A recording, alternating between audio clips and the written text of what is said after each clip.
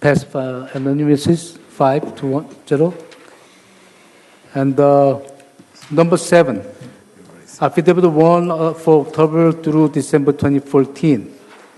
I requested, I believe about 2 meetings ago, to, as commercial ones, we'd like to have a little short briefing, summary briefing, was the highlight on the agenda, because we are not in the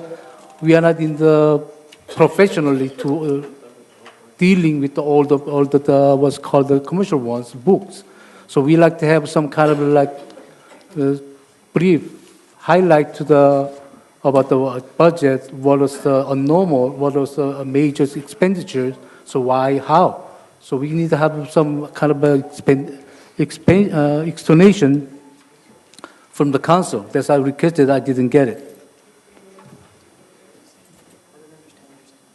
So well, what I said is we need explanation before to approve the one, because there's so much numbers and small, and we are not working in the city. We should have some kind of the guidelines. So what is the major changes, major movements on that month on our budget?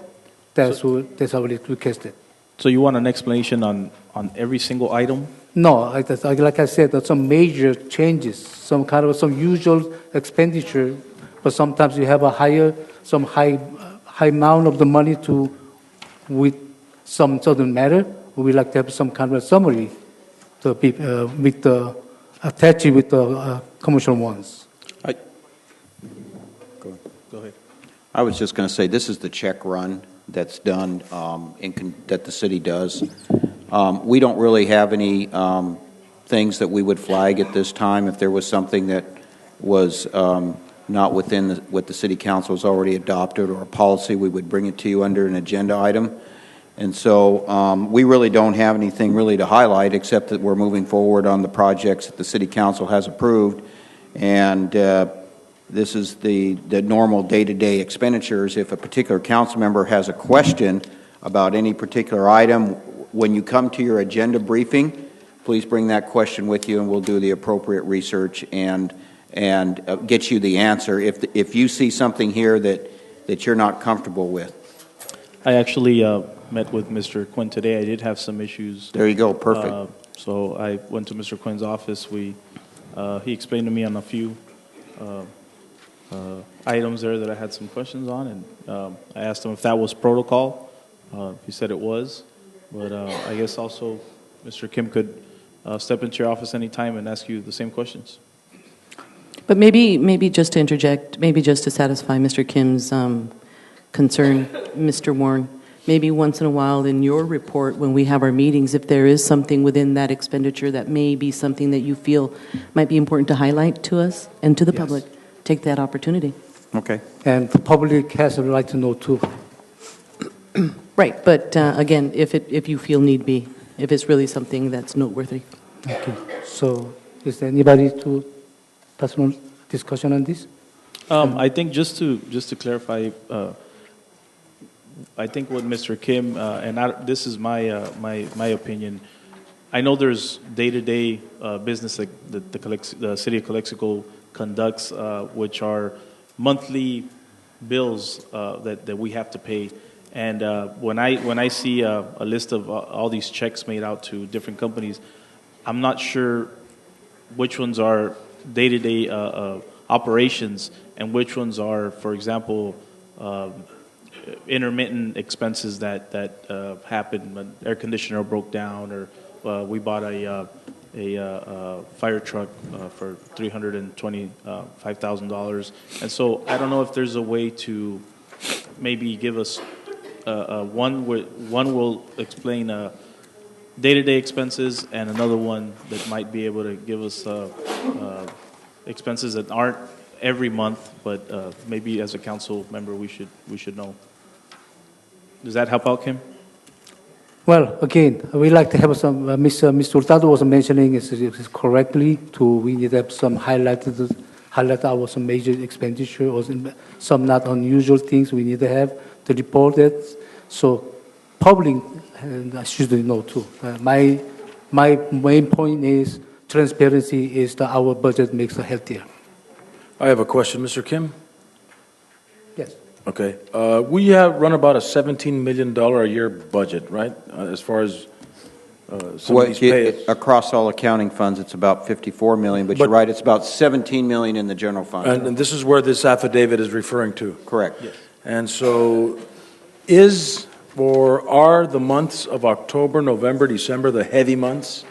In other words, there was a $6 million payout for those 3 months, which averages to about $2 million a month, when the average for the 17 divided by 12 is 1.4. I'm just wondering if that is a big month where a lot of the warrants are issued. I think that's just 2 months, John. October, November, December. That's 3 months, isn't it? I don't think December's on there. Good evening, Mayor and members of the council. The $6 million is, on its own merit, a pretty heavy expenditure, but when you look at the details in there, you'll see some one-time expenditures that we had the fire truck, 300,000. There's a project in there of 600,000 for streets. Aggregate. And Hazard. about 2 or 2.5 million of that 6 million is one-time project-oriented items. So in the future months, we will see that average month go down. Yes, we would normally, our normal monthly expenditures would be in the range of about $1.1 million to $1.4 million. Okay. I have no further questions, Mr. Kim. So need the motion, Second. take the vote. Moved by Mr. Hurtado. Mr. moved by Mr. Hurtado, second by Mr. Leal.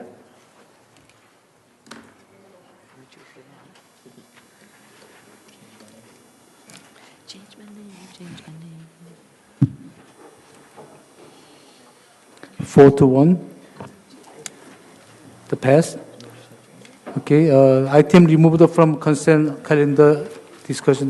We already had 1-7, and we talking about we put an emergency agenda, put it on there to emergency homeless shelters. So is that we already heard what they talking? So is there anything from the city manager about these issues? We have done quite a bit of research the last couple of days, and if it's the desire of the city council to move forward, we will do it. Just direct us to do it. We will work out all the details with the appropriate people and agencies and make it happen. So if you want to do a motion to that effect, then we will do it. So moved. This is to give direction for moving forward with the homeless shelter. We will operate a temporary homeless shelter until the city council tells us to stop. That's That where means we're going. whole winter? What's that? Whole winter? Also for the cold. Unless you want to put a date certain that it stops, but we would temporary. Yeah, can we get a, I would say by the spring. Wait a minute, though. I have a question. A couple of technical questions would be liability. Do we have liability coverage for? we as far as the liability coverage goes, we can cover that. That's not a concern to us as far as because it's a municipal function, so that's not a problem. There's a lot of details that would have to be worked out with those that have very generously come forward and those that would help run it. And what we would do is we would gear up it so that by we have to have it by Friday night? Yes. Friday. Okay. Friday night, we will be ready to go with the temporary homeless shelter. And go, if you just give us direction to do that, we'll work it all out. Now, as far as the overall long-range plan, there is a meeting on Friday with the homeless task force. I really think we all need to be engaged. I plan to be there. We all need to be engaged so that we have a plan long-term to deal with the issue. And next winter, or even later on in this winter, when the homeless shelter issue arises, then we're all ready to go and we pull the trigger. Everybody knows what everybody's responsibilities are and who's going to do it, and who's going to run it and everything. But if you want to make a motion to give us direction, we'll make it happen by Friday night.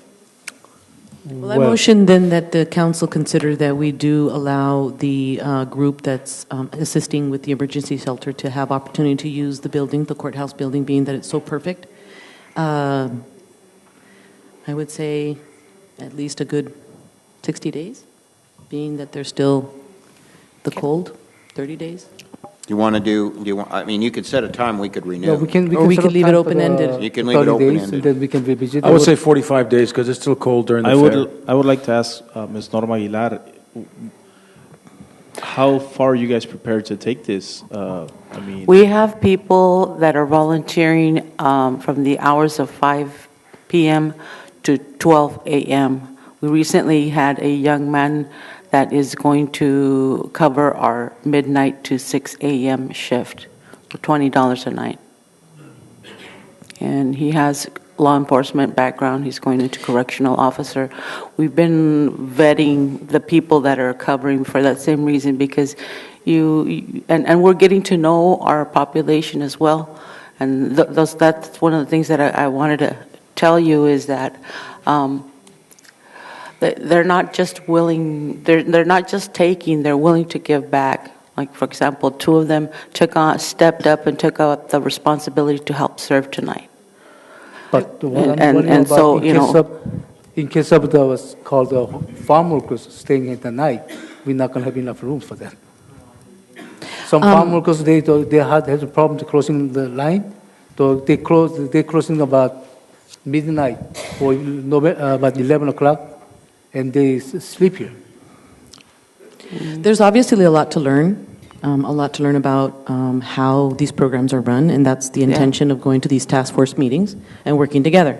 So my suggestion would be then to specify a little bit more closely what's happening here is that we allow then the temporary use open-ended until such time then that we can convene after some more knowledge and connecting with the task force, and then learn exactly what model we would like to do as a city, because it's already being done by these other outside agencies, the nonprofits. So the city needs to learn where their position is going to be with this issue. So I would say probably then the motion would be allowing that the group use the building temporarily, free of charge, or I'm not sure if it has to be charged for $1. I'm not sure how that goes. But until such time that a new discussion can be handled and new decisions can be made, and I would suggest that happen as soon as possible. is 45 days okay with you guys? I think what you're saying and what Ms. Hurtado is saying is different. You're saying 45 days, and she's saying open-ended. Open-ended, Obviously, okay. we would appreciate the open-ended because it gives both you and us the opportunity to start looking ahead if we need to start thinking ahead. We all have to look ahead. Yeah, yeah, and we all, and we, obviously, it's not going to be a permanent thing forever, but let me tell you one thing, having a place where we know we don't have to pick up stuff within a week is going to make a big difference, because then we can reach out to mental health, we can reach out to the health department to come see. So we have some people that are sick.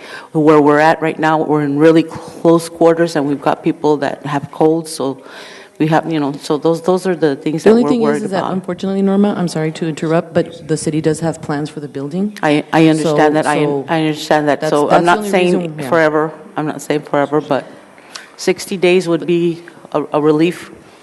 And if it before then we need to vacate. But if 60 days, I don't know if that's too much.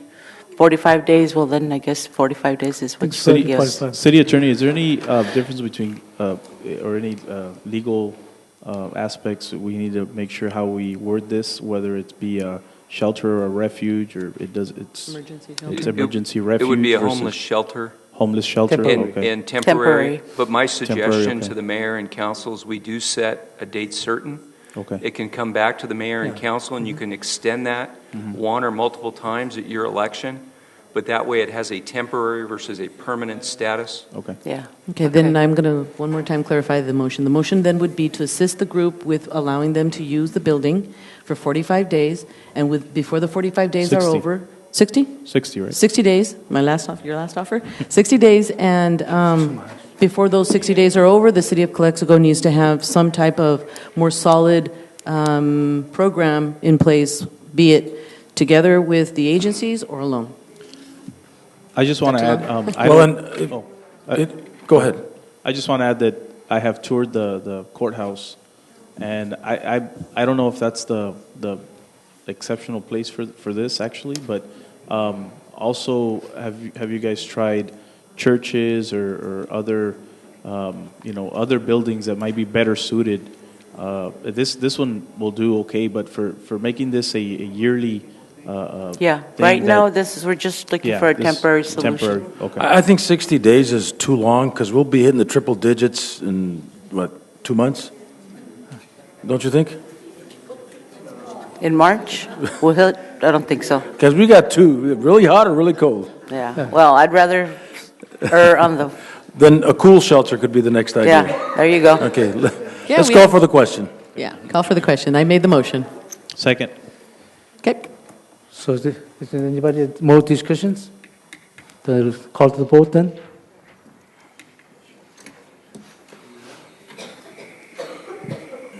The pass 5-0.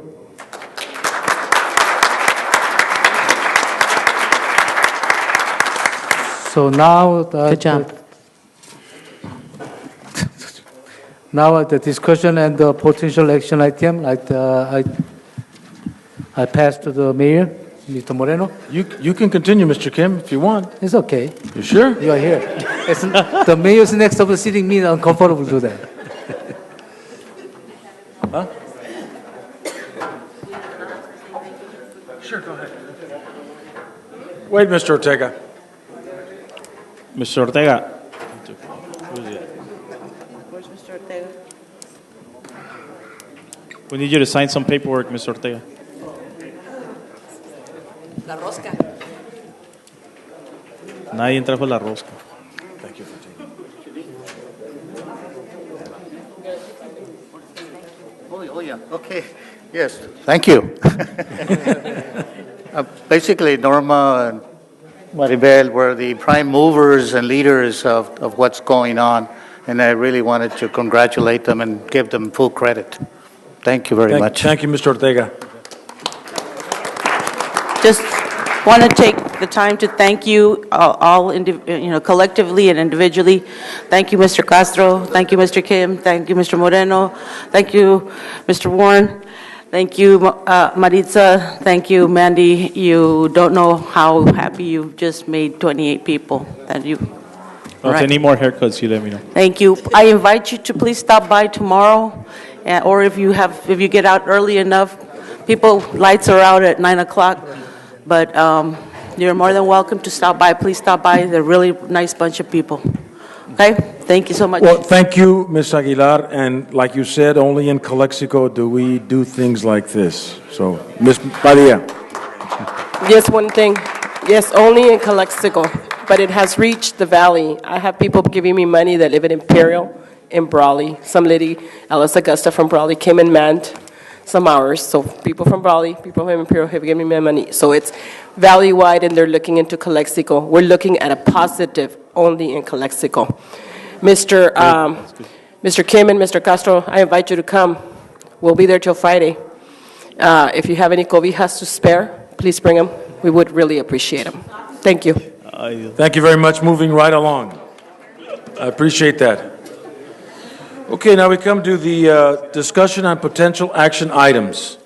We're going on to number 10, appointments for vacancies on all city boards, commissions, and committees pursuant to Calexico Municipal Code, Chapter 2.19 by Councilmember Real. Okay, I got 13 positions here to fill, so we'll start with the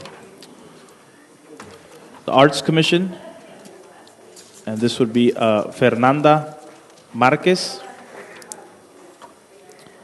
Second appointment is the Beautification Commission, Mrs. Carla Flores. Third one is the Economic Commission, Mr. Javier Gonzalez.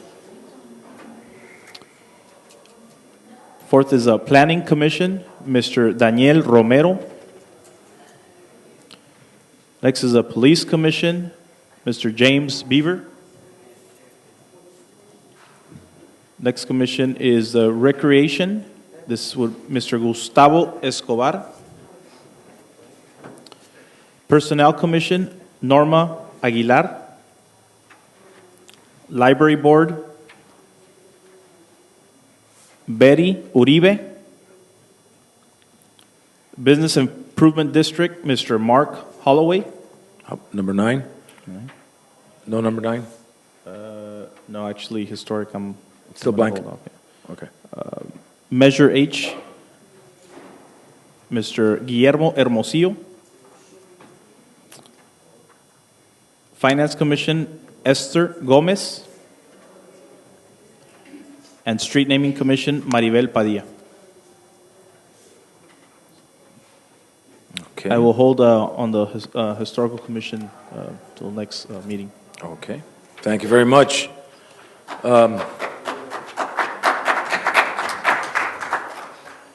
Best of luck to all of those that are serving for Mr. Real. The next is appointment by mayor and council members to various commissions. A, Mayor Moreno, Calexico Arts Commission. I'd like to appoint Hildy Carrillo. For the Financial Advisory Board, I'd like to appoint Celeste Jimenez. Item B, Mr. Kim, for your Library Board of Trustee and Economic Development Commission. I don't have anybody for beautification yet. I'm working on that one. Yes? Oh, I'm sorry.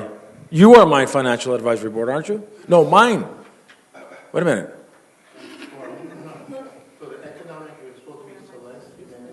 Oh, yes, we have to remove my appointee for Economic Development. Robbie? Yeah, Mr. Herrera is living in San Diego now. I ran him out of town. I thought it was me. Don't go there. And so I'd like to appoint Celeste Jimenez for, you have to advertise? Okay, go ahead. Pending advertisement, okay. And I don't have anybody for beautification yet. I'm working on that one. Okay, go ahead, Mr. Kim. I'm sorry. So, Mr. Moreno, you're the Art Commissions. Is it Jimenez? Mr. Jimenez? Ms. Celeste Jimenez, that was pending flying the position and for 2 weeks, I believe it is, for the economic development. I'm confused. Hildy Carrillo. Wasn't she on it already? Yeah, but she was somebody else's appointment. They didn't get elected, so I appointed her. Oh, I see. She was not disappointed. I don't need. I don't have one yet, so I'm dragging 2. Financial advisory. Okay, my library board, Suhei Quesada.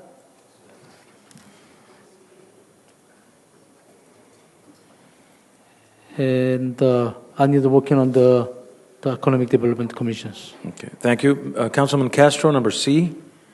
There's 2 for the Recreation Commission. For Recreation Commission, I'm going to continue with Salvador Cuevas, and also for Police Advisory Board, Hermosillo, Guillermo Hermosillo. Okay, thank you, Mr. Castro. Ms. Hurtado. I'm only prepared right now to name the planning commissioner that I'd like, and I'd like to appoint as my planning commissioner Josie Felix. And my economic development commissioner would be Mr. Ben Horton. No personnel commission appointment at this time. Okay, so at the next meeting, Ms. Garcia, could you bring us another list? We tend to forget. I thought that the personnel commission might be considered be disbanded.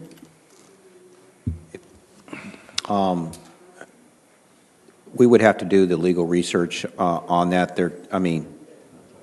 It's done. It has to be done by ordinance, but it's probably a meet and confer item too with the union. So, okay. So we were okay. All right, that's it. Okay. Item number 13. 12. 12. I'm sorry. Comments by new appointed commissioners? Oh, okay.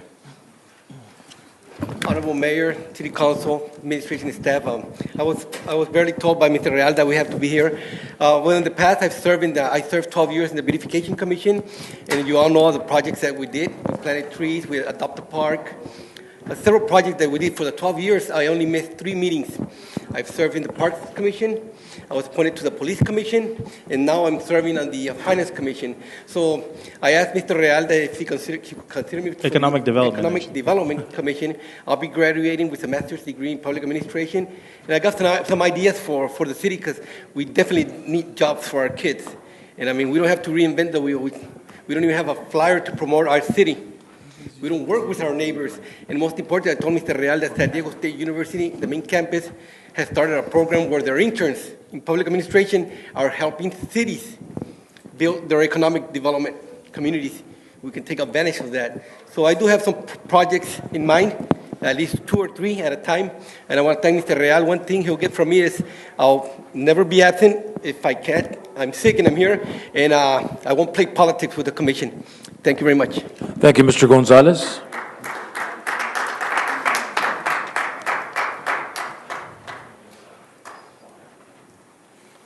Hello, everybody. I'm really tall. I need to. I'd like to introduce myself. My name is Fernanda Marquez, and I will be helping in the Arts Commission. I'm really glad to help in that commission because I would like to improve the artistic and cultural environment here in Calexico. I love arts. I'm enthusiastic, I'm hardworking, I'm energetic, and I'm young, but I have the energy to give back Calexico this part. I have participated in several artistic events.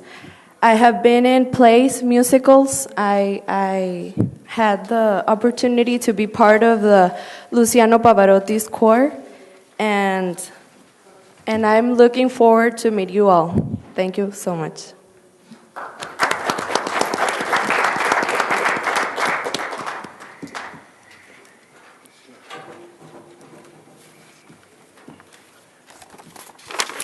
Good evening, everybody. My name is Celeste Jimenez, and I'm going to be part of the Economic Development Commission. And I would like to thank City of Calexico for giving me this opportunity to work for this city. I'm an accountant, and I really believe that I can do my best and help to grow this city. Thank you. Wait, Mr. Horton. I'll say who's next. Mr. Escobar. Good evening, everybody. My respect to the members of the board. My respect to the audience. I'm really so glad that I've been picked by Mr. Real. I've been doing my best. Sorry, I've been sick, so I barely can talk. But I want to do my best with the parks. I've been doing so happy what I've been doing it. So I come in to support Mr. Real. Whatever you do, whatever you've been doing, it's great. So I'm glad you picked me to help this community. I'm part of the community, and I want to try to do my best. I've been doing as a volunteer, and I'm glad to do it. Okay, so thank you for You'll be a your great support. commissioner. Thank you very much. Have a good night.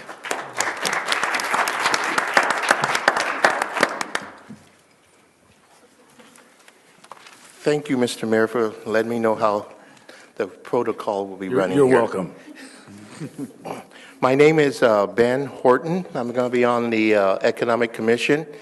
And to reinforce what Javier talked about, we're already in talks with the city of Mexicali in reference to doing new projects. We have, for the city of Calexico, we have the Stature Awards, which is going to honor the services, the organizations in our city that are doing the right stuff. Another point is that within the next couple of months, we're going to be having our what do you call it, I guess you can call it a regional meeting with developers from all over the state and investors. And what we're going to be doing in Calexico, ladies and gentlemen, is highlighting what's here in Calexico. I already made contact with a gentleman in the University of California in LA. He'll be working with us. I made a good contact yesterday with Ray Castillo. He has a point of contact that's going to be helping us. And the reason we're going to have this meeting is to move the economic side of the house of Calexico forward, and also working with Mexicali. That's already in the process. We'll be giving reports with the team that we have with Javier, Celeste, and we're going to be doing some great things for the city of Calexico, and you will see it. You will see it. Javier has some outstanding ideas. Celeste comes to the table with her ability to put things together. And with this team, ladies and gentlemen, you're going to see some revolutionary things, revolutionized ideas in reference to the economic side of the house. And the city is going to see something different. I promise you that. If I can't do the job, I'll resign, Marisa. So I will do the job. I'm putting the requirements on myself stronger than what the city is putting on me and the team here.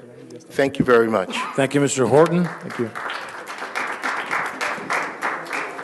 Mr. Beaver? Thank you. We're all, I guess, with bronchitis and the colds right now. I'm one of them also, but I'm here. I want to thank Mandy for electing me as police commissioner. I'm going to work hard with him and the city council and the chief of police. And this is a new era. I'm not experienced in as far as police commissioner. I'll be learning. I've been 34 years as an immigration consultant, so I do work with people on complaints from all over, and Department of Justice, especially in immigration matters. But I just promise to do my best and open to the public and opinions, and thank you all so much. Thank you, Mr. Beaver, and congratulations to all the commissioners that were appointed today. It's always a very good thing to serve your community and serve it well on these advisory boards. Number 13, introduce and waive first reading of an ordinance of the City of Calexico adopting amendments to Chapter 2.19, eligibility and procedures for commissions, boards, committees, Sections 2.19.010 through 2.19.100 of Title II, Administration and Personnel of the Calexico Municipal Code. Questions or clarifications? Mr. Warren? This item is on the agenda at the request of Council Members Hurtado and Council Members Real. And let me just briefly just highlight the amendments that are being proposed, and we certainly want to take the City Council's guidance to make sure that we've got this in accordance with your desires. If you go to the ordinance itself and you look at 2.19.010, the change is that if a council member does not make an appointment within 45 days of when a vacancy exists, then the City Council will make that appointment by majority vote. If in fact the City Council makes that appointment by majority vote, the only way that person can be removed is by majority vote, and what this would prevent is that the council member who did not make the appointment removing somebody. So that's the reason why that's there. If you go to the next page on item B, their crossouts are there because those paragraphs are no longer applicable. They're out of dated, so we deleted them. If you go to the next page, section 2.19020, the changes include that if a person misses 3 meetings during a 12-month period, he is automatically removed from the commission. And it's responsibility of the chairman, vice chairman, or the presiding officer to report the attendance of each meeting to the city clerk. What if his mother writes him a note? No, I'm just kidding. That doesn't count. Okay. It says nothing about mother's notes. The item number D, we're going to amend at the suggestion of the city attorney to say that if in fact a member of a committee is determined to be in violation of the Political Reform Act of 1974 by an appropriate agency, that's not something the city would do, then they would be removed. But also, if in fact the commission members and board members and committee members, and we've had problems with this, don't file their Form 700s or their other required state filings, then we would go ahead and make that removal too. Going to the next page, under section 2.19030, if you go to B, it says, and we're going to make an adjustment here. It says members of the city council shall not be eligible to serve on a commission, board, or committee. That has to be struck because that is in conflict with another section that says that there's a vacancy that a council member can serve temporarily. But however, a lot of cities appoint a council member to be a liaison to the various commissions and committees and boards. And so we would suggest that that be amended to say the city council may appoint by majority vote a city council member to attend or to be a liaison. Item number E, it says that members of the commission, boards, or committees serve without compensation. There is an exception to that, which we will add, is that the Planning Commission is paid $200 to a month to do Planning Commission. So we would amend that to say except for them. I was. That's only when there's actual meetings going on. Correct. It's like I was $100 under. per meeting. I was under the understanding it's $100 per meeting. If they have no meeting, they don't get paid. Correct? That's correct. Okay. Yeah. You okay? Then moving along to the section 2.19070, it just says that each one will have a chairman, vice chairman, and secretary. And B says that they can fix their own rules as long as they don't violate the Brown Act or a law of the state of California or city ordinance. The next section talks about quorums. There has to be at least 3 people or a majority in order to conduct business, and in order to authorize the expenditure of funds has to be done at a regular meeting if in fact they have a budget. The following page, section 02-19090 says city manager will assign a staff member to each commission, board, or committee. And then finally, there's a provision in the next section that the city council could, if they desired, during the appropriation process, appropriate a budget for the commission, board, or committee. So those are the changes. We're here to take your guidance regarding anything else that you might want to add or delete. Ms. Hurtado, you have the floor. Clarification. Okay, we are saying here that in the event that the position is empty, there's no one assigned or appointed to the position, then your council member can go to the meeting in the place of someone that's not there. However, if you've already appointed somebody and that person just decides that they can't go, they're sick, or they'd rather you go as a council member, is that going to be okay? Because that was happening a lot, where, especially like in Measure H, where the actual, there was someone appointed in the position, but they just didn't go to the meeting, and the council member that appointed that person decided to go to the meeting for them. Well, they wouldn't be a voting member. There's no provision in the ordinance for that. Now, you could do that. There is a provision that if I don't think there's- that's appropriate. I believe it's a conflict of interest. Right. To do- Okay, so we're starting, to be able that's to vote. stopping. Yes. Anybody can attend it because it's an open meeting. No, I mean sitting up here. But they cannot be a voting member. Now, you do have a provision, you could delete it if you wanted to, that when there's a vacancy, that the council member can fill the position until the vacancy is filled. That is already in the current ordinance. That's not something, so if you want to leave that the way it is, we can, or if you want to change it. Yeah. Yeah, if it's vacant, it's fine. I It's think vacant if it's fine, okay. If it's vacant, I think it's not a problem. For example, there was one meeting where they almost didn't have a quorum if a council member wasn't there, so that kind of helped out because there was a vacancy. Mr. Horton, did you want something to say? I did give a slip. I just want to say I'm in favor of this ordinance, of the amendment to it, because if you remember last year, several times I got up to talk about how the Economic Commission was having problems about the attendance. I did bring it up to some of the councils, and I won't say any name, but one particular council said, well, I guess your commission isn't important, that's why they don't go. And this makes the council more responsible, makes the commissioners more responsible, and also it gives the opportunity for more people to serve on the commissions, and you get more of a variety or more of a makeup of the community. And I think that's important because we have these commissions to assist the city council. If they're not functioning, they're not doing their job. And the idea is, then that tells me that city council isn't overseeing or making sure that these particular commissions or advisory boards are functioning. I'm in favor of it. Move forward. Let's pass it. Thank you. Mr. Kim or Mr. Castro, would you like to say anything on this item?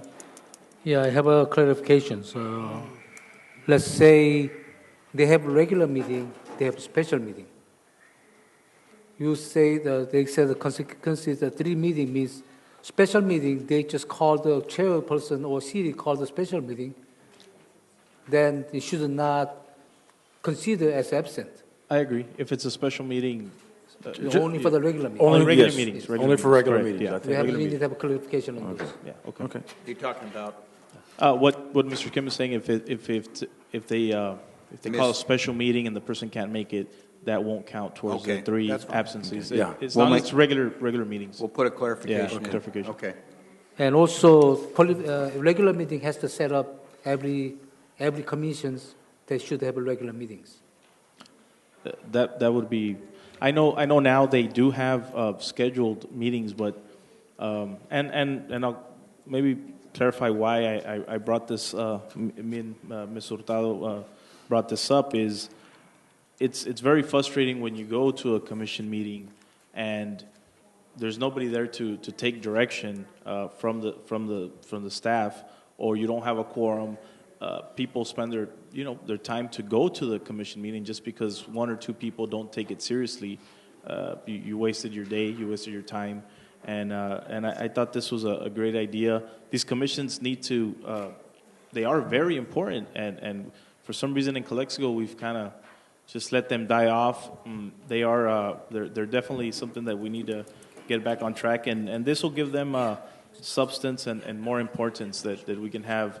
Not just a city staff person there, but also a city council liaison, where each one of the city council members can go to these meetings and also be the liaison between the commission, the city council, and there'll also be a staff member there to give this actually some substance. Okay. Thank you, Mr. Real. Go ahead. Anybody else? No. Okay. Anything else, Mr. Kim? Well, the lots of case, for example, Major H, they never called a meeting. Almost never called. We have a 3 meetings in the year. Why? Because the city didn't call the meeting. And calling the meeting has to be on the chair, not on the city, especially regular meeting, or even the special meeting. Or chair is supposed to have a. Can you give us some? Yeah, the way this is set up is the chair can call a meeting. If the chair is not available, the vice chair could call a meeting, or a majority could call a meeting, or there may be something that comes up from the city, and for some reason the city, either a city council member or staff, we may need to have a meeting, so we can call a meeting too. But every committee should have regular scheduled meetings at specific times. Yes. Either monthly or bi-monthly or something that's on the calendar. And then if there's a need for something else, then there's provision for that to happen. I believe that there should, my opinion is there should be, like you said, something on the calendar. If for some reason there's nothing on the agenda, then maybe it's always easier to cancel it, but Right. it should be scheduled. Absolutely. And I think one of the first orders of business for each one of the boards, commissions, and committees is, first agenda item is okay, let's set the regularly scheduled meeting for the next year. Correct, okay. You know? Yeah, because I will keep saying is even if they don't have an agenda, we can use that time for training commissioners, like commissioners self-learning, especially like Major H or the economic developments, financial advisory, and what's called the planning. They have so many things to learn, and they're not doing it. They're not called the meeting. Even the Major H, the chairperson complaining not calling the meeting, because cities doesn't call the meeting.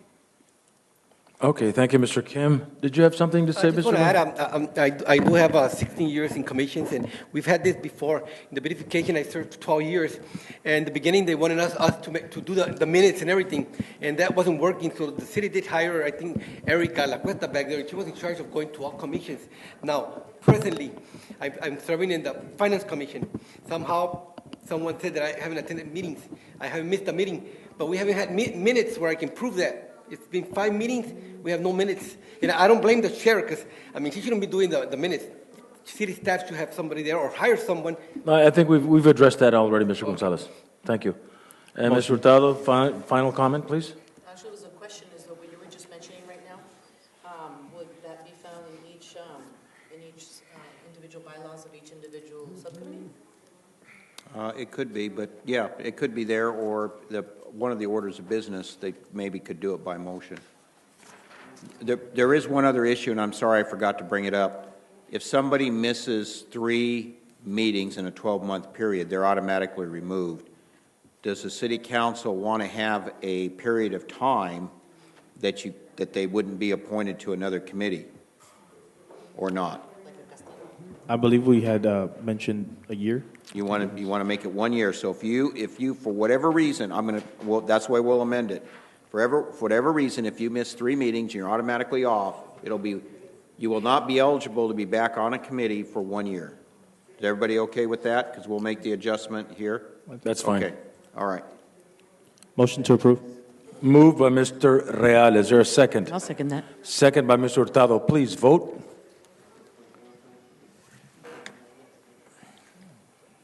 Motion carries unanimously. Okay, but I do have a question because, I'm sorry, I'm asking now, but are we going to not allow one individual to be serving on so many different commissions? Because we just had that right now. We have it in there. You can only serve on one. No, I mean, that just happened now. Mr. Hermosillo just was nominated to 2 different commissions just now. This ordinance. Mr. Boehner, I'm sorry. My suggestion is, with all these revisions, that we bring it back with those revisions for a first reading, so that it's very clear and the council has another opportunity to scrutinize the ordinance. And an updated list of members on commissions. Or I can, I guess I can I take off Mr. Hermosillo from Measure H now? My appointee, you can keep him as your appointee if you want. Well, let's bring it back, Okay. and then we'll make that decision. I'm sure we won't have a Measure H in between that time. Okay. Number 14. Appointment of delegate member and alternative member to the Southern California Association of Governments, SCAG, Regional Conference and General Assembly Conference, May 7th and 8th, 2015, in Palm Desert, California. And unless someone has a burning desire to serve on that, I would like to serve on that. Me as well. I think we have a mayor and mayor pro tem so should be representing as was called the alternate members.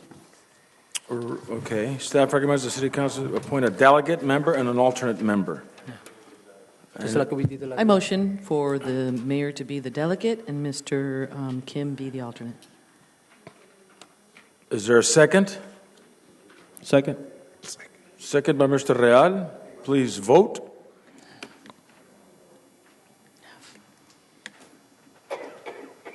See, I'm all ready now and it doesn't come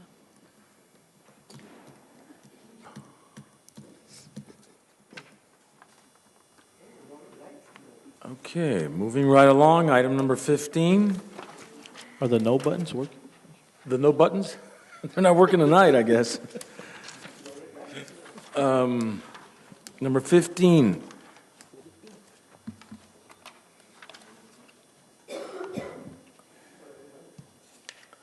which is the resolution of the City Council of Calexico establishing a policy regarding invocations at meetings of the City Council of the City of Calexico. We had that a couple of times. I believe when Ms. Hurtado was mayor, I think it was December 12th and January 3rd of 2013, and then all of a sudden we stopped doing it. So, you want to go ahead and anybody want to make a motion for this? Motion to approve. Moved by Mr. Real. Is there a second? Second by Ms. Hurtado. Please vote. No discussion? Well, unless she's set for discussion. Second for discussion, go ahead. Go ahead, Mr. Kim. You want to discuss anything? Well, we've been doing and stuff. I believe some people they might not comfortable because this is a public meeting, so we have to consider to do so. Right, and nobody who doesn't want to participate shouldn't participate in this. It'll normally be done at the beginning of the meeting. People will be sitting down, and a chaplain or a man of the cloth, or even a woman of the cloth, or even me, very far from a man of the cloth, may give an invocation. So if someone feels uncomfortable, that they don't have to participate, and that is correct, right? That is correct. That is correct. The law is cited, all the criteria is on page 4. And we even have a sample letter we will send to all the congregations and clergy. And I was discussing with Mr. Warren, we have about 13 or 14 churches in this community, and maybe they can send a person once a month to give us an invocation. I just wanted to mention, Mr. Mayor, that when the first attempt to have the invocation on the agenda, we did have some resistance, but we did do some research and just basically found that all the different cities of the valley actually has that too. It's very normal. Okay. So we're not out of the ordinary, and it would set a good positive tone probably for our meetings. We could have used prayer, the invocation last year, yes. But it's a good start. Bless you, Ms. Hurtado. Amen. Any further discussion? It was moved by Mr. Real, second by Ms. Hurtado. Discussion was had by Mr. Kim. Let's vote.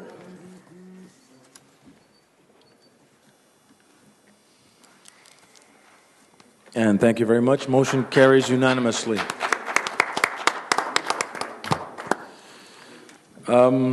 Item number 16. Authorization to upgrade the city's water meter reading system to the Census FlexNet Advanced Meeting Infrastructure AMI system, including the purchase and installation of new digital meters, purchase and installation of new software and hardware, and provide training to city personnel on the new system. I'll defer to our city manager for a background on this item. There's extensive material in your binders, and so what I'm going to do is give you the abbreviated Reader Digest version of what's in your material. Right now, our current meter reading system is inefficient, it's inaccurate. Our meters in the ground are old. We currently have 1,000 meters that simply don't work in the ground. So people aren't even being charged for all the water that they're using. So what we're proposing to do is replace all the meters in town with new digital water meters that will have an antenna in them. And once an hour, that antenna will transmit the meter reading to one of 2 towers that will be in the community. And the towers will then transmit the meter readings to City Hall. What this will also do is eliminate all the manual meter reading and the need for the city to have meters, meter readers. The customer, when he comes to City Hall, can look at their meter reading in real time. There's no rereads because everything is accurate and digitally done.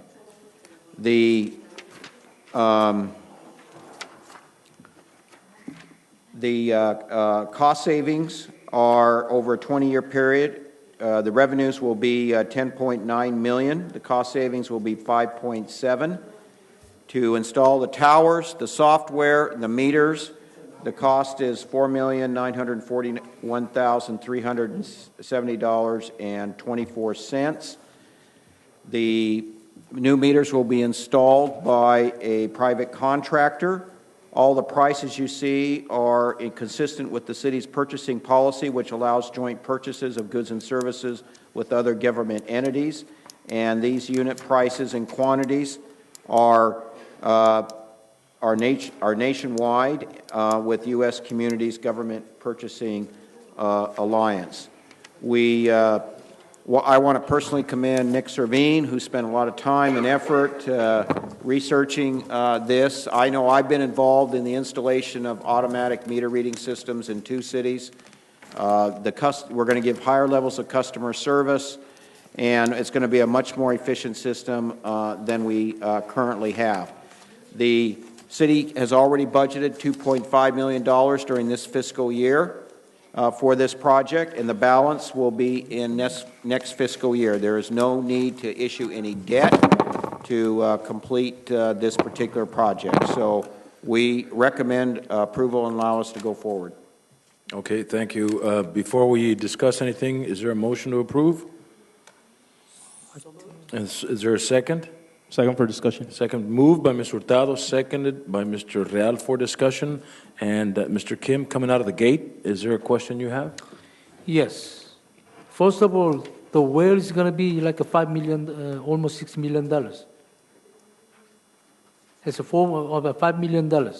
Where are we going to get the money? The money is already in the city budget. City budget?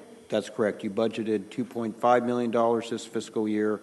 Next fiscal year, you will budget the balance to finish the project. So it's a project that will go over 2 fiscal years. The one thing I forgot to mention is that there is in terms of the time frame for this project, there's a 4-month period where we will mobilize and get the software and put up the antennas, and then there's an 8-month installation process where every meter will be changed out in 8 months. So basically between 8 and 12 months from now, this whole system will be fully implemented and operating in the city. My question is, where we get the money, $5 million? You said $2.5 million budgeted.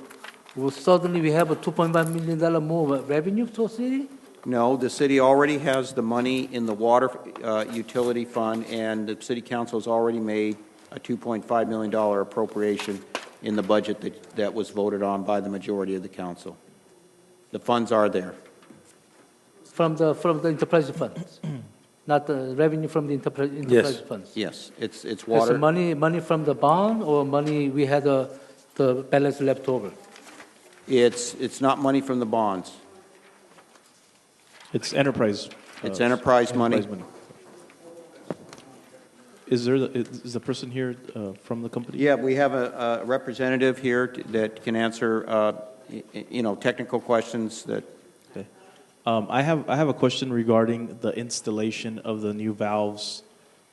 Is that your company that would do that? Yeah, actually what I do is Hey, sir, can you come forward? Oh, I'm sorry.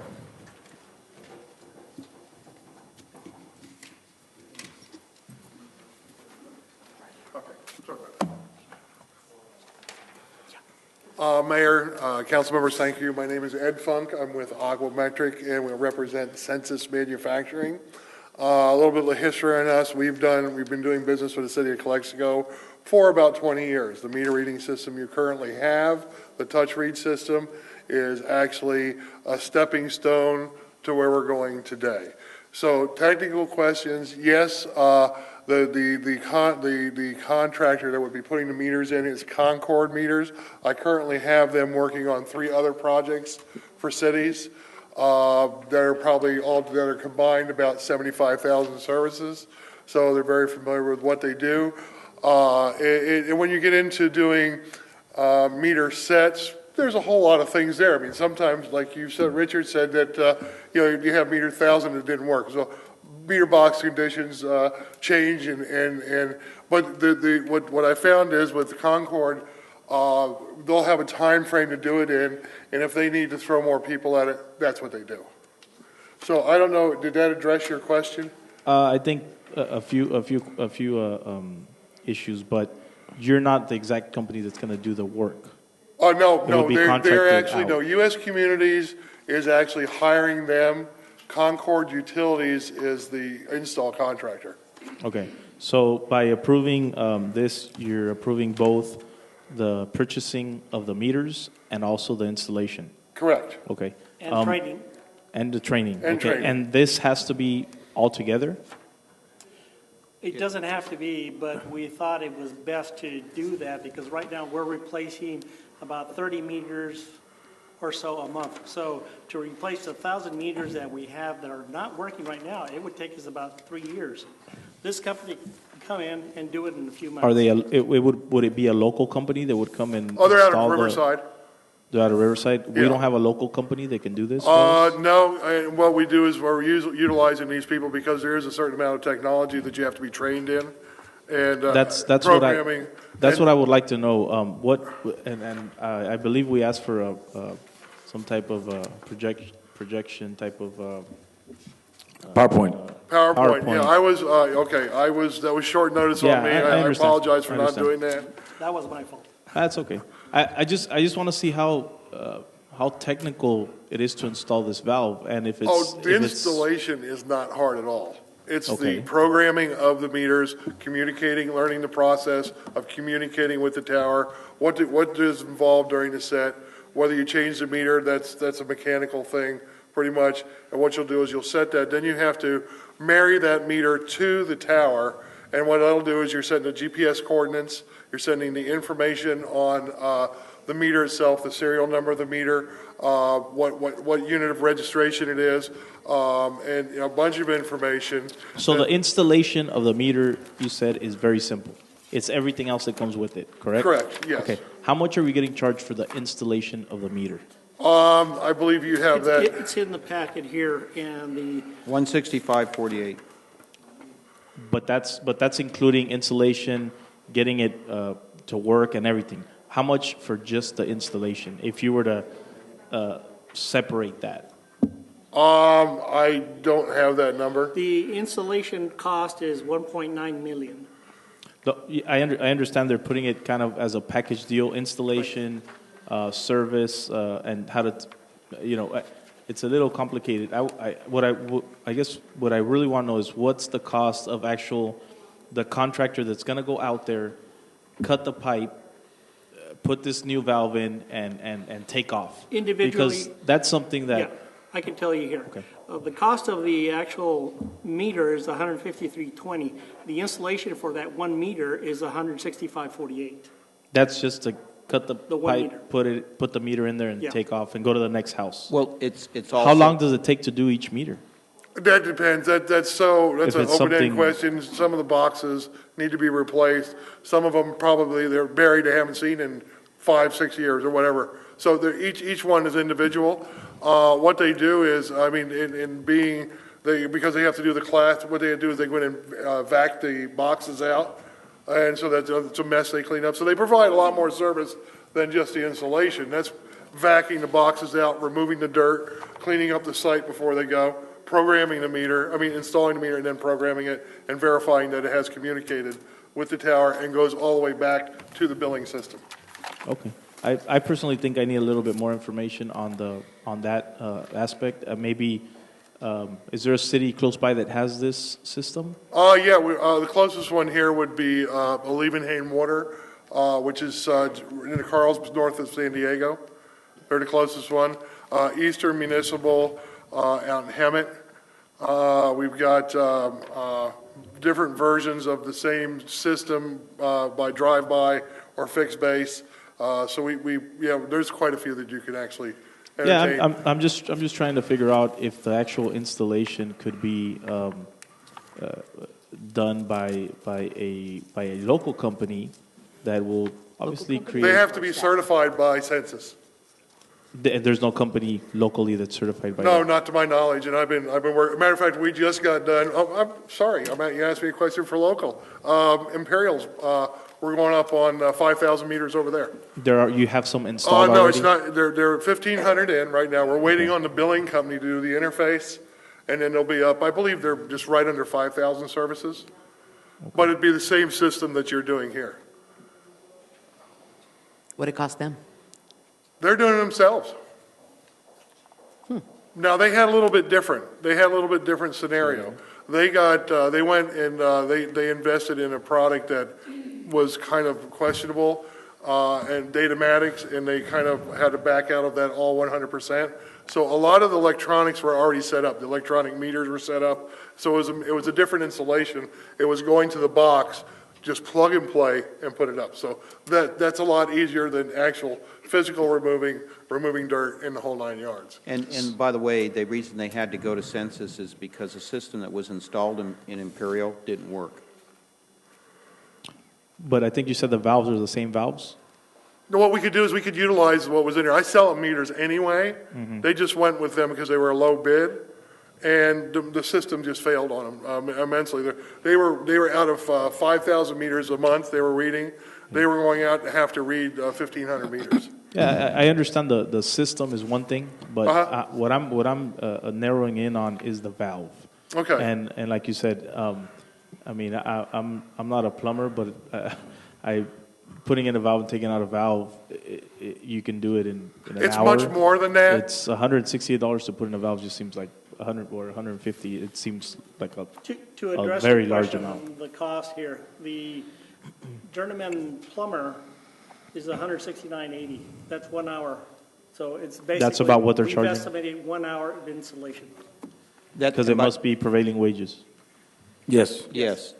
Well, yeah, we're researching that out to make sure, but I think that's a good point, is that they're basically budgeting about an hour per meter as an average. So some it's going to be quicker, but you get in the downtown or you get to some of these places where you actually have to dig it out or you have to do some more work, it may take longer than that. So they'll charge more money? No, it's because it's a flat amount.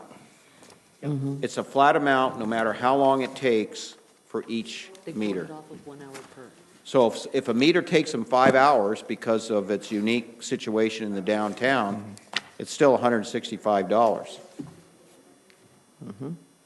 I guess, Mr. Baer and gentlemen, I think that what Mr. Real is trying to look at is the possibility of breaking down the cost and seeing if there's a way to make it cheaper by using the City of Calexico's resources as far as labor or local labor that may be cheaper than bringing in the consultants from out of town.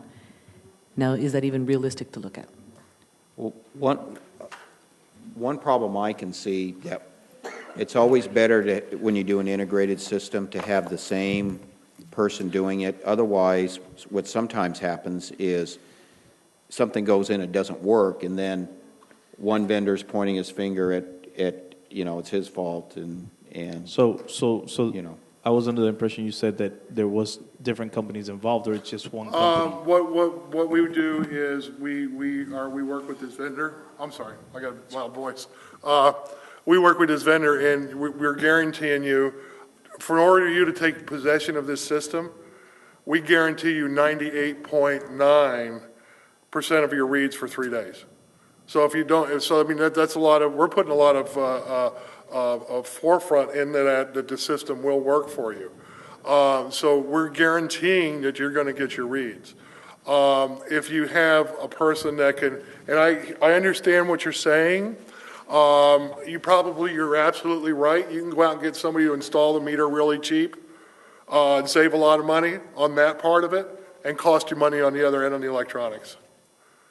Because there's a certain amount of technology that has to be followed unless they're willing to become certified. And if you're basing it on a journeyman rate, you're right there anyway. I mean, so I understand what you're trying to say. To put the meter in, that's not. If the box is clean, everything is good, you can put that in for $25. There's two things the reason I'm bringing this up. One is obviously the cost. If we can save money, we should. And secondly is the job creation. If there was a plumbing company in Calexico or in Imperial County that could do the job, and we might create some jobs to get this done, because this is a pretty big Oh, it certainly project. is, and your payback on it is quite large as well. And it's an investment.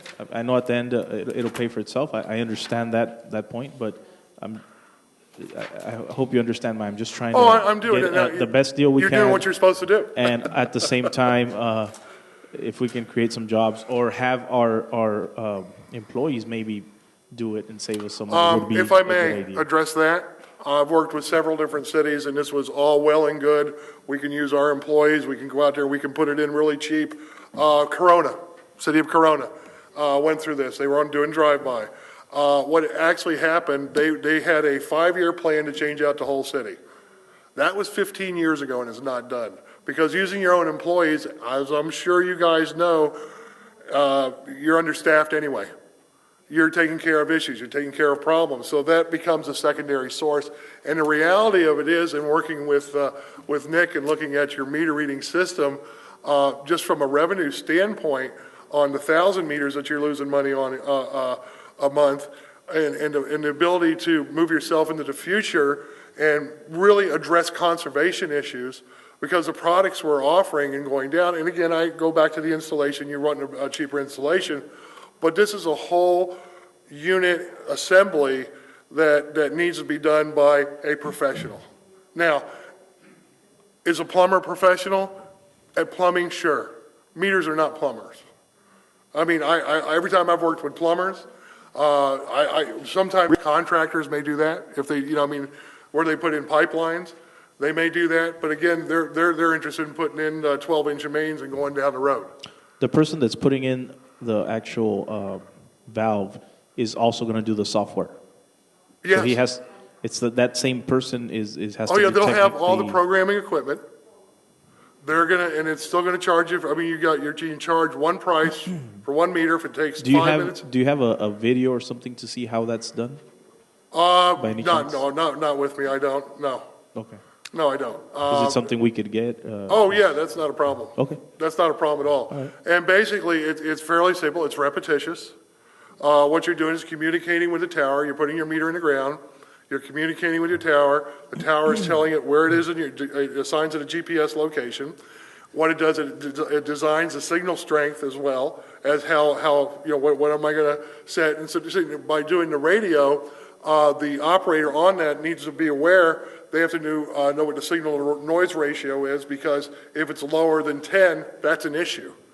Something else needs to be done. Now, there are other measures you can do, but you have to be aware of that. And the towers are up already? Or No, nothing's up here. We would install towers? Yeah, we're doing the whole 9 yards. The towers are there, the equipment for the towers is Needs to not be there. installed. Yeah, we're not going to build a tower. We're going to put an antenna on existing. Real estate. And this is a technology that's new, or how long has this technology been out? Let me back up. Census on the electronic register, which you guys have been using here a long time, developed that technology. It's called absolute encoded technology for the registers for electronic reads. That was developed in 1984. We've had drive-by systems. First, the systems went to touch read. That's what you're currently doing right now is touch read. Okay. Then the next evolution was drive-by radio. That we pick the vehicle up and you go out and you drive and you pick your reads up. Now it's on the fixed base. Where Census is on that is we do gas, water, and electric. I just came from a conference that Southern utility company, their electric company for Georgia, Tennessee, down through there, they're putting 4 million of these in. So I mean, we're currently retrofitting the state of Nevada for all electric meters. So this right now is You're not on the cutting edge or bleeding edge of technology. No, so this is not the cutting edge. There's better systems or newer systems. No, there's not better, because one of the things that we offer you that if you're looking at, and Nick has done his research on this, one of the things that we do offer you, Census owns their own frequencies all over the United States. What we're doing is we would be licensing the city of Calexico for your area of coverage. What that does for you is whatever signal strength you're getting today, whatever meter read you're getting today, you'll have that in 20 years. And do we pay a yearly fee, a monthly fee? It's a for that? license fee. It's a For license fee. How often? It's a nominal fee, and I don't have to look on it, but it's a yearly fee. It's all tied into the maintenance and Do we everything. have an amount? Yeah, of I this do. fee? The annual fee, which includes the maintenance of the system, is $32,000. So, Okay. I was just going to ask that. I So- believe we have a lot of arguments on those. Main point is, we are the elected person for the city of Calexico. Sure. We have to take care of the community. So I believe we like to know how many percent of the local labor can involve in these constructions. I understand certain level of the high tech, they need to be trained to do it, but certain level of the low tech laborers can be hired by the local.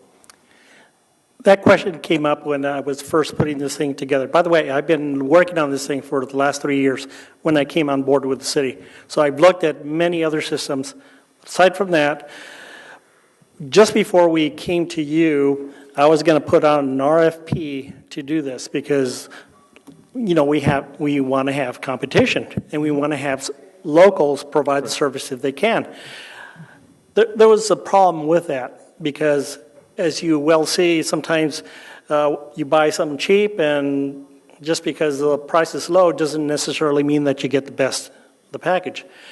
This is so sensitive. We've worked with Census for over 20 years. The equipment out there, what back then was the best. Right now, it is the best technology out there. You compare it with all the other Badger meters and others, and this one can pick up 0.03 gallons per minute, whereas the others are anywhere from a quarter of a gallon to half a gallon. So there's a lot of revenue loss right there. But the bottom line is that we went with with U.S. Communities, and they work with Unicom so that we don't have to go through a bidding process. The bidding process has already been done for us. So now, if there were local companies that were with U.S. Communities, then yes, they could have been hired to do this work. But we want to go with what's best.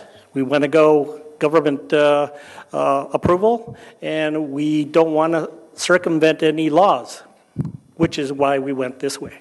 And it does save us a lot of money. By the way, What I'm asking is, laborers, how many percent of the labor is going to be involved from local? Oh, from labor? Labor, yes. Again, it's trained technicians, so you have a So it looks like a plethora zero. of trained technicians. No, the technicians are coming from Riverside, correct? Yeah, they're permanent employees of this company. Yes, I understand that, but Because they have to be certified. Certain level of the world, we don't need the high-tech technicians. If you want a good system, you do. Yes.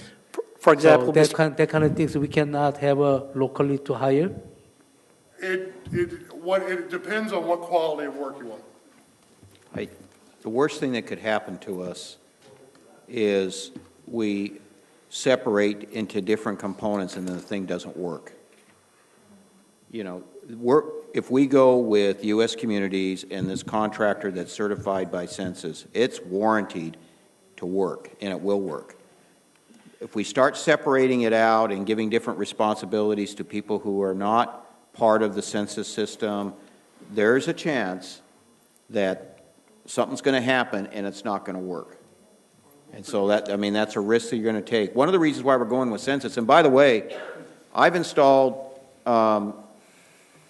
these automatic meter reading systems in 2 cities besides this one. I've also looked at all the other major vendors that sell this particular technology. And there are some other ones. There's Badger, there's Neptune, there's Master Meter. I've looked at all of them.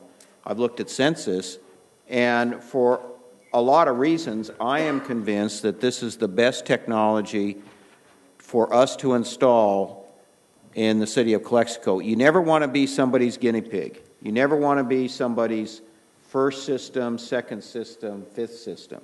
You want to be somebody's 100th system because they will have worked out all the bugs in the technology. Well, that's the reason I was asking him. I mean, so Imperial's going to go with census, correct? Oh, they're already committed. They've already put 1,500 in. I just got another order for 2,000 more endpoints.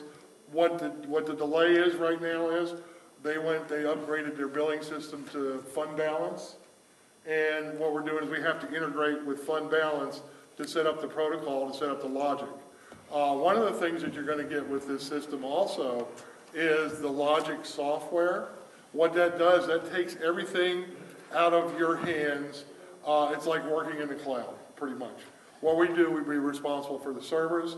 We back up, we give hourly reads. We'll give you 13 months of hourly reads for each customer. So what's that going to do? That's going to help with your water conservation. You can take and you can do virtual meter routes with this through the meter data management system, to where you can look at a section of town versus your pumping versus what you actually sold. You can look at that in real time. That's valuable information. And then the other thing that we also do with the iPro meters that we're proposing to do, we're giving you a 20-year, and it's in the literature, new meter accuracy. It won't slow down. Mechanical meters, the ones you have in the ground, they slow down because of the friction. And so a mechanical meter will lose 1% a year, okay? These are digital. There's no moving parts. As the water goes through the meter, they use a series of magnetic fields and light. If you're familiar with mag meter principle. Yeah, and so there's no moving parts. So because there's no moving parts, it never slows down. So your revenue stream always continues at the same level as opposed to getting less. So as soon as the magnetic field is in, it's I guess. What it does, you go into I didn't bring it in. It's a tube. It's all it is a tube. You go in, it's round, it goes down into a known area. 2 sensors on the side, which are buried behind the construction, the composite construction of it. And what it does, that senses how quick the water moves through that magnetic field.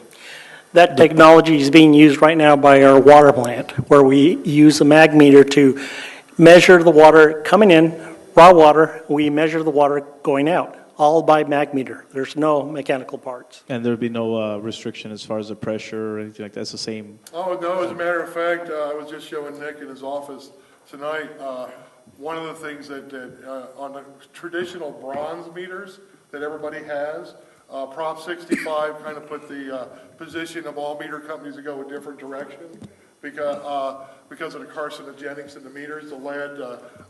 So what we've done is we actually come up with a 35% glass-laced composite body. This thing goes up to 1,600 PSI before it explodes. One other question. As far as this coming from the enterprise fund, is the enterprise fund ready to take on something like this? I mean, yes. There's still money there is. in the enterprise fund after this cost?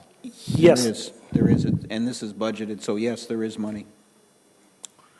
It is in the So budget. if you needed to put another 6 million gallon tank there, there's enough money to do that. Well, all the projects that we have planned for 2015 are allocated and they're budgeted, and that's in the budget that's been approved by you. So we can't do anything beyond that, to answer your question. I think it's from what I'm getting, it's a great idea. We'll make some money in the long run. Just understand, I was trying to see if we understand. I'm just trying to better my community, save my city the money if we can, and if we can create jobs here, it would be wonderful. And that's why I'm bringing this up. I personally think I need a little more information still. Maybe something, like I said, a video, something showing me how the system works. But I think it's a great idea. Okay, I believe we're spending around $5 million in 2 years. And communities, city of Calexico is a kind of a poor city. And we are eliminating to usage of water, but our bill is still same. If we have money spending $5 million for this project, I believe we have to consider lower the water bill temporarily for the people. we are same time we are obligating them to not to use much water, and we charging same. It's not fair for the community. One of the things I think that this system brings as a total benefit for today as well as the future, you're now into a conservation program. What you're doing today is whether it's my system or somebody else's system, you're actually providing water for the future by saving water today. And how do you do that? You manage what you do, just like you manage your business here. Just like your new police chief was going to manage his business there. Managing the water side of it and the allocations, because water is not forever right now. Well, this meter is not saving the water. We're charging correctly because we're losing 1% of the usage. We cannot build them because the mechanical meter is missing. So we want to have more. We want to have build more correctly, which is more build for the community, because 1% we're not building. So actually, city gets more revenue, the people get some more bill because they're gonna catch it correctly 100% instead of 99% they've been billing. And now there's nothing to do saving the water because actually people get more bill. A lot of times that when you get into a person's wallet, that makes them save water. Yeah. I mean, it's a reality. I mean, I could give you case studies. One quick other Mr. question. Mayor, I believe We're not that... spending much water than other cities. Mr. Mayor, may I? Go ahead, Mr. Hurtado. I'm compelled to call for the question. I think that we've already looked at so many different aspects because the concern here was trying to see if we can do this a little cheaper. But because it's such an advanced technology, we can't do that. The monies that is already set aside in our enterprise zone has been there for these exact purposes to be able to modernize our systems. So that's what we're looking at, is to make a large expense for money that is already there, and that the purpose of that money is specifically for these kinds of things. So I believe we should go ahead and just vote and accept this because it's a pretty long explanation already, and I don't see any more valid questions so I believe I'll call for the question. There's a call for the question on the floor. Is there a second? Second. Okay. Please respond by saying aye for those in favor of call for the question. Aye. Aye. Aye. Okay, motion carries unanimously. Now for the voting of the item on the agenda itself. Is there a motion to approve this item? So moved. Moved by Ms. Hurtado. Is there a second? I'll second it. Please vote.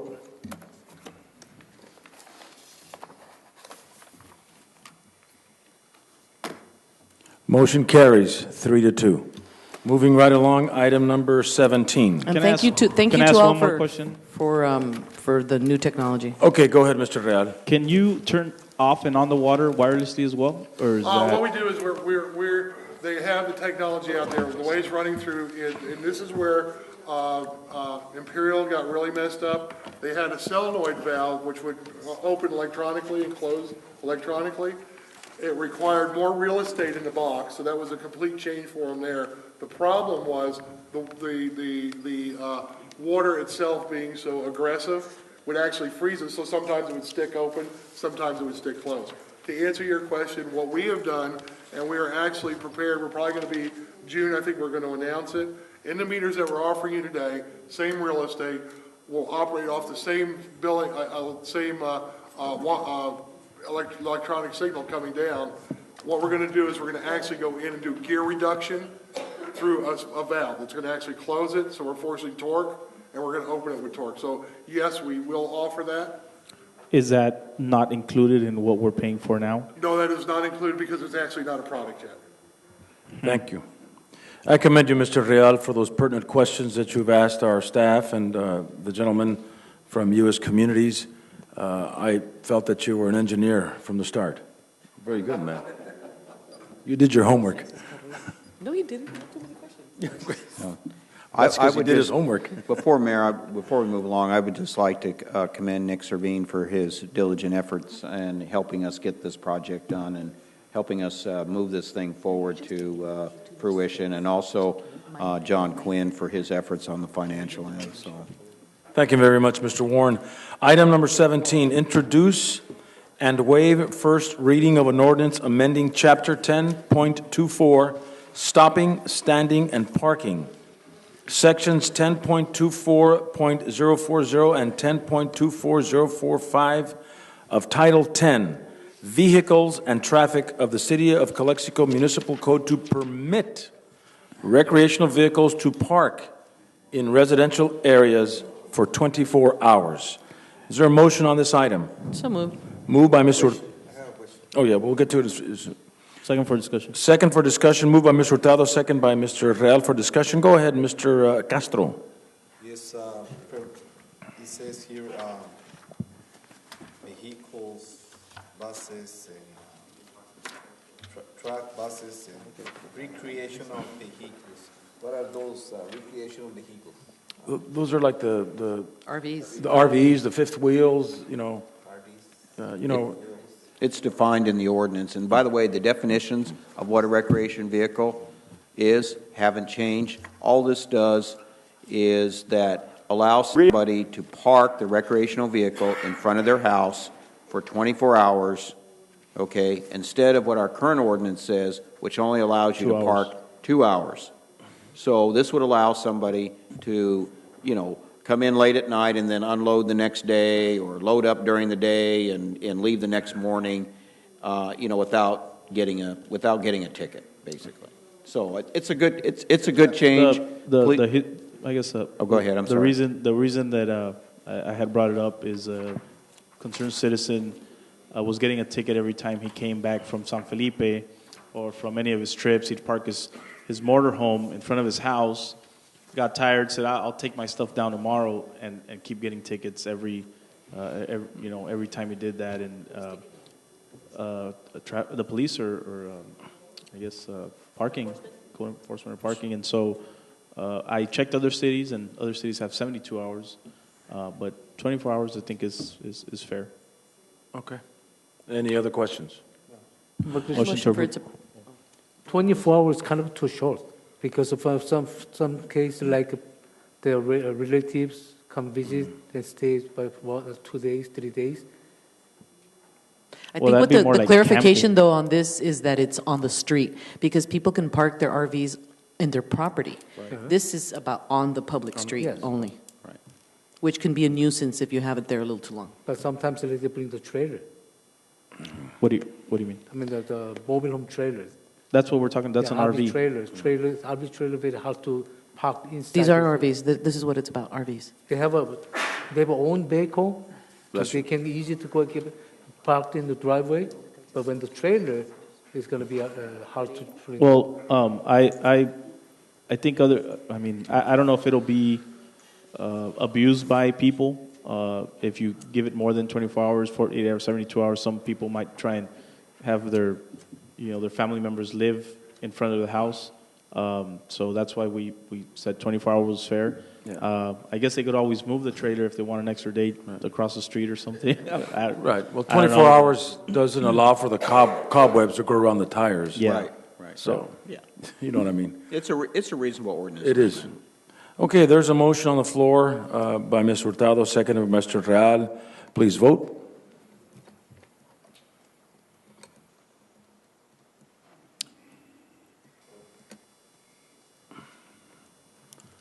And it looks like it carries unanimously.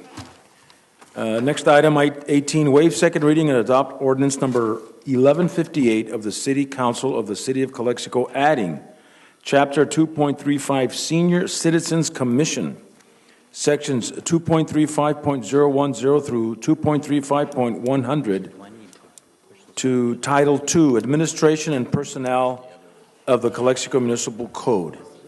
Is there a motion for its approval? Mayor, I'm going to suggest, because we're bringing back the ordinance relating to all the commissions and boards and everything, that we postpone a second reading to make sure that we've got everything aligned. This lined up with the other ordinance so that they're consistent. Okay. So. Okay, item number 19. Wait a minute, we have to. Oh, I'm sorry, we have to. decide to put the table or We want to table this item. We would like to table the item and put it on next time at the same time that we do. Okay. Is Is there a motion to table this item? So move, sir. Moved by Mr. Hurtado. Is there a second? Second. Second by Mr. Real. Please vote.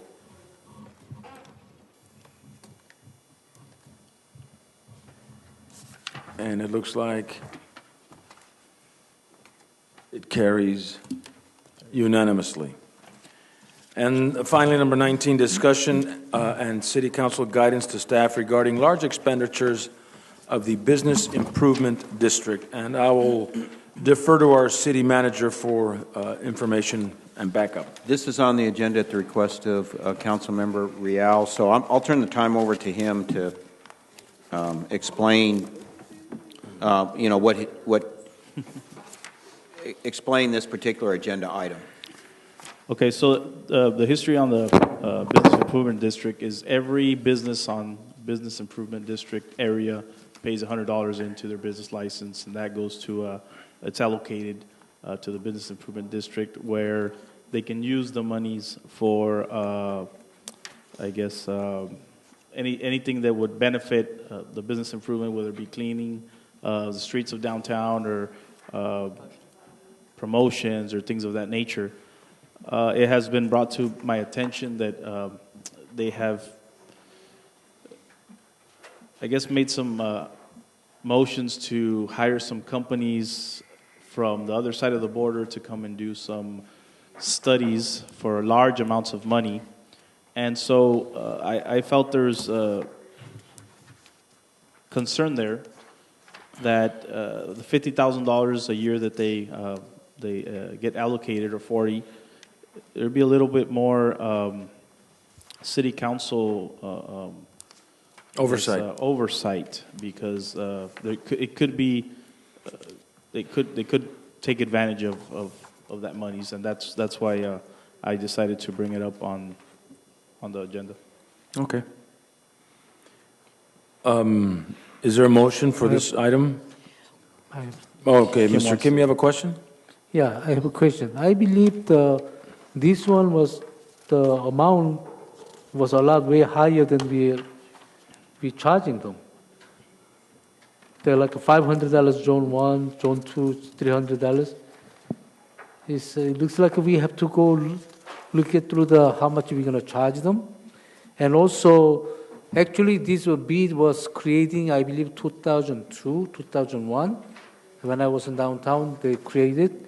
So I was one of the bid charter members. At that time, board member elected by the members. So suddenly the city took over. City took over the taking as a commissioners. And I believe that if we have some issues under some of the commissioners they're making wrong, council has a right to remove them or talking with them to deal with them to go to the right process. Well, I guess what this comes down to is, do you want to continue to give the bid the ultimate decision on where their $50,000 a year is spent? They have, I believe, $18,000 in reserves from last year and another $40,000 they have this year. And I mean, if you walk downtown, you can see that obviously the money's not being spent in the right areas. And so I guess what it comes down to is if you guys want to continue the bid having the ultimate decision on where the money is spent, or making it more of an oversight committee to where they can spend, let's say, $5,000 without needing council approval, or anything over a $5,000 amount needs city council approval.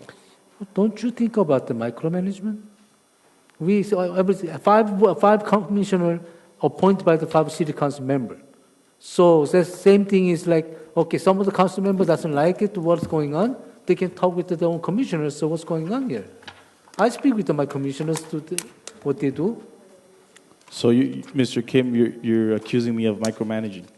No, not you, as a city council. I'm talking about the city council is the micromanaging that ones to leave them because the money we collecting from them, so they use it themselves.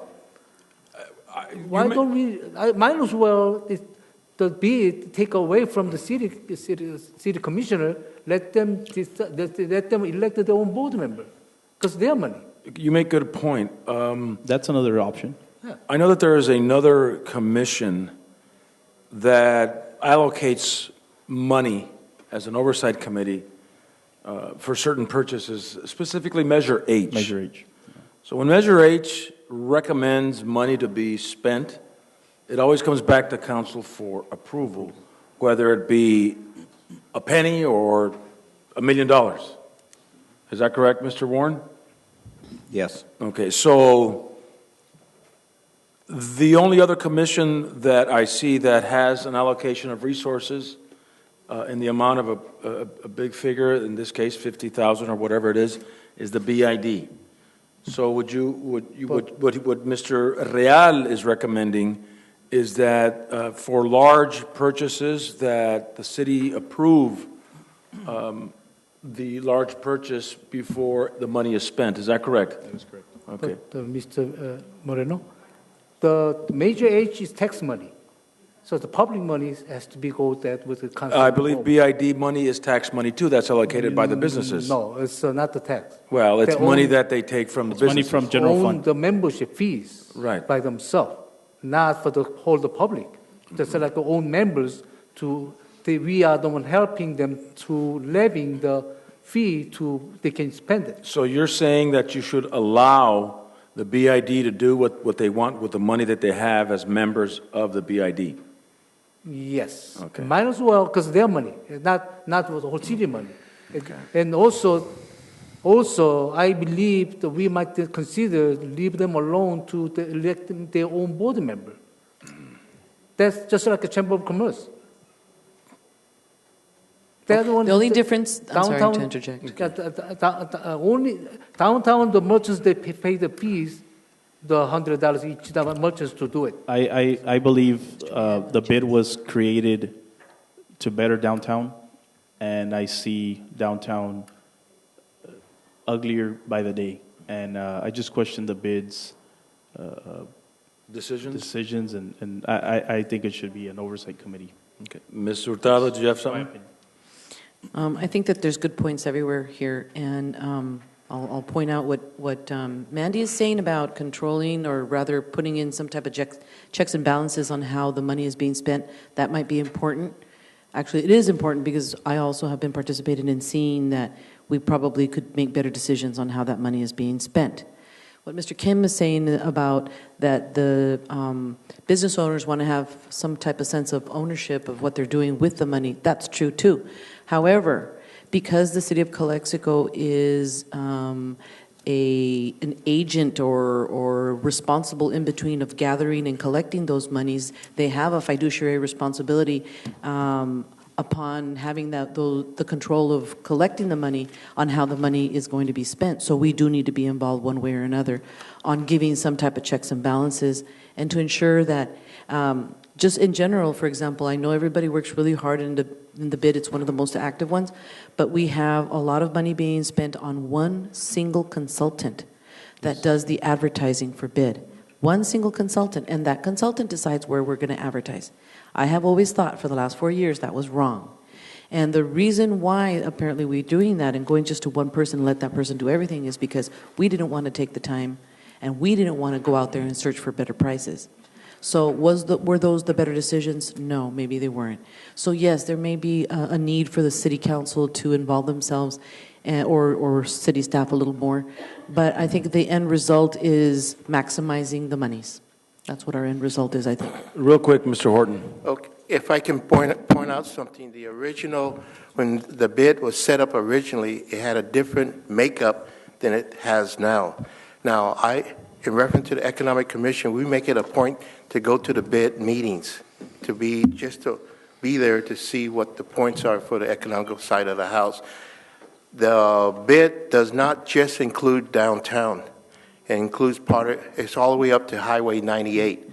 Now, the word is representation, taxation with representation. Not Taxation without representation. There we go. Either way. Okay. Get the classes back when I learned in school. The Articles of Confederation before the Revolutionary War. Go ahead. There you go. Okay, now the bid incorporates not just the downtown, it goes all the way up to Highway 98. So now we have a whole different scenario here. What Mr. Real is talking about is reasonable because we want to make sure that the bid is spread across the deal. Now, most of the time we just concern ourselves with downtown and we forget about all the way up to 98 Imperial and all that goes with that. Now, in reference to the money, look at the trash cans downtown. Look at how the city looks downtown. The downtown should be something of a showpiece. It's not a showpiece. It's a gutter. And I say that without any fear or contradiction. It's a gutter. What Mr. Real is talking about to improve the overseeing of what's going on and make sure that the money is utilized to the best that it can be utilized. Thank you. I don't believe I'm taking anything away from the bid now. They still can vote and try and use the monies whichever way they want. It's just simply when it's more than a certain amount, which we haven't stated yet what amount, we should be in charge. We should know. Right. Okay. Anyone else? Ms. Hurtado? I just wanted to propose maybe an idea would be to see if maybe some of us would get together with the bid members and discuss this issue. Okay. Specifically, or maybe all of us talk to our appointees and bring it back. Before we vote on it. Okay, so what we'll do then is we'll just put this back on for discussion next meeting after you've had a chance to consult with the... One more thought. Coming back to the new... Especially because there's nobody here from bid. The new structures that we're doing for the committees, now there will be a city council liaison to the bid, correct? Yep, okay, just because I'm brand new, the bid is considered one of the boards, commissions, and committees. Okay, yes. One of the agenda items you may want to consider doing once we get this ordinance passed is where you, as a council, would vote to put liaisons on the different committees. That's not on the agenda item we approved today. No, Oh. but you could direct us to include that. I mean, okay. So there's a motion. Is there a motion to table this item? Motion. Moved by Mr. Real. Is there a second? I'll second for the tabling. Second by Ms. Hurtado. Please vote.